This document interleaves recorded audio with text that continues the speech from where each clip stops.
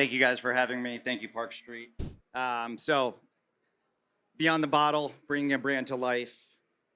To put a little face, to the story, I wanted to show you guys our bottles. So this is actually our current branding. I'll tell you, it did not look like that when we first started. I got laughed at. The first label I had was probably the worst thing I've ever seen in my life, but it's still sold. So we do have proof of concept that has worked. And so this is but it's about beyond the bottle. So I'm not going to jump into how it's liquid gold, how it's a bold, amazing flavor. I'm not going to talk about that. I'm not going to talk about how it's no artificial ingredients, no artificial flavors. But if you do want to talk about it, we'll be in the courtyard at 2:30, and you can sample it. So no more about the bottle, more about the brand story. So one thing in my brand story that I did in the beginning was not all brines are created equal, and I still use that in my brand story when I talk to people. Basically, what I'm saying is my brine is better than yours when I'm talking about my competitors. But watching some of these speeches and walking around the room, I thought it would be appropriate to tell my brand story because not all brands are created equal. So I feel that there's not one single roadmap. I can't tell you one thing to do. I'm just going to tell you kind of what I did, and I'm going to tell you what worked. I'm not just going to give you the sexy parts. I'm going to tell you what worked and what didn't work in my brand story. One of my favorite things my CEO does when we're talking to new distributors, brand reps, and a GSM, she'll say, how many cases do you think this company sells nationally? People will raise their hands and they'll throw a couple thousand, and we'll just kind of wait, and then we'll show them this slide. So it actually goes all the way back to 2018, but when we sold under 500 cases self-distributing, most of those, to be transparent, were to the bar that it started at. Last year, we finished just under 200,000 cases and projecting 250,000 cases. So amazing growth for a new brand that I'm very proud of.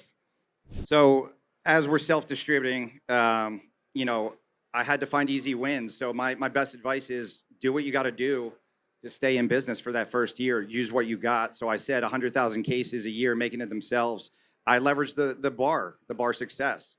When I was walking into on-premise locations, I got a ton of no's. And I realized I had to take a shot with every single one of them.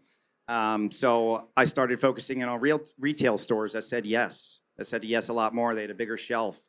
And I started seeing success and growth, and I opened up about 100 accounts myself that I had to service, that I had to pick up the cases in my Honda Civic. I could fit about 32 cases in the back. I would drive a couple hours, sometimes 13 hours in a day just to complete them all. I downloaded an app so I could figure out which places to hit so I could deliver, sell, deliver, sell, deliver, sell. And that's just what worked for us. So these are some of kind of the, how to find success early on. Like I said, you got to do what you got to do to get some wins under your belt, to keep the money coming in. When I said we started with $40,000 for the next 3 years, we did not put any more money into it because we didn't have money. So it was either die and not eat, not have a job, or make that work. I'm proud to say that we have 0 investors to this day. We put every single dollar back into the brand. And it's, I call it family owned, but it's self-owned. And we think we've done it the right way. Give a little context, we went from 2 states to 13 states to 21 states. And now we're in 35 states and trying to open up the rest of the country in 5 short years. That is not what I would recommend for every single brand. You run into problems, obviously, with money, with capital, with inventory.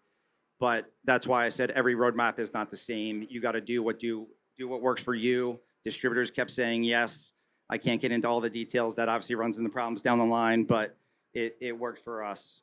So those were some of the early successes we had.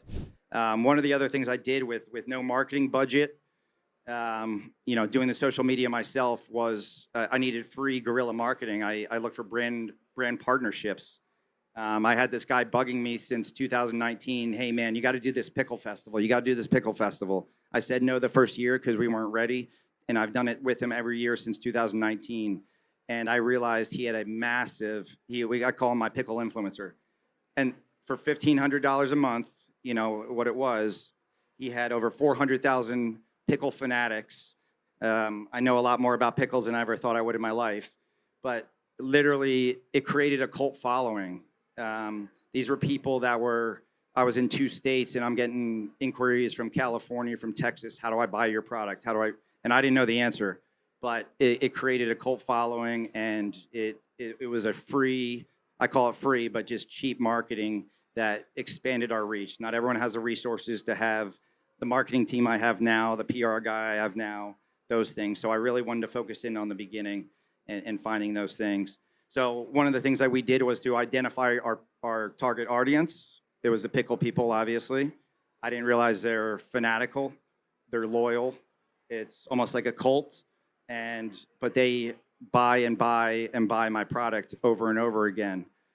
So figuring out who your target audience is, identifying trends. So we have the lower ABV, which we know is working, bold flavors. We are thrilled to create this new category in a competitive market, flavored vodka. Who am I to go up against the flavored vodkas in these big companies, but nobody has done it right. So I said, I'm going to do this better than anybody else is.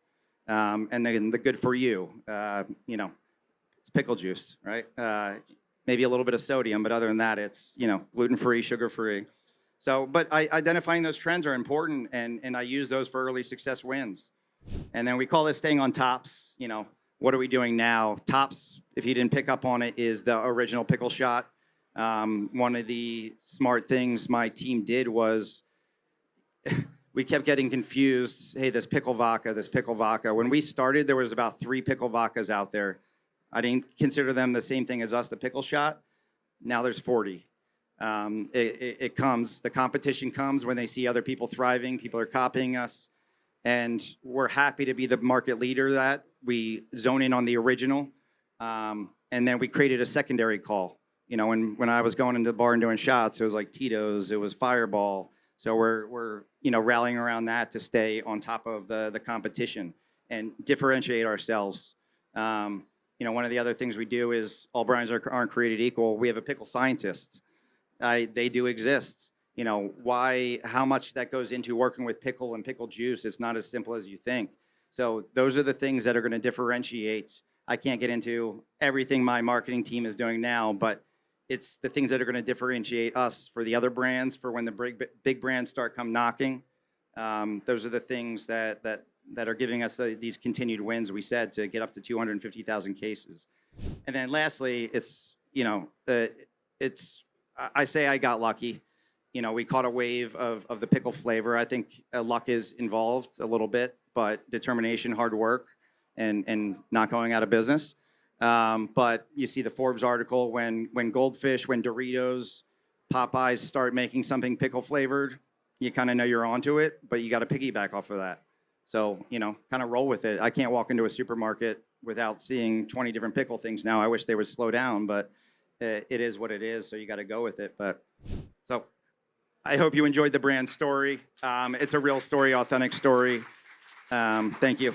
Even though I'm up here by myself, I would say this, that you can't do it alone. I probably did in the beginning, but thank you to Brazen Imports, my Tops team, Gen 2 Marketing, the Cohen Group, all people that behind the scenes have done an excellent job. And I think you're going to hear some of the things from my panel, in my brand story, things that had worked, and I look forward to hearing what they have to say. But thank you, guys.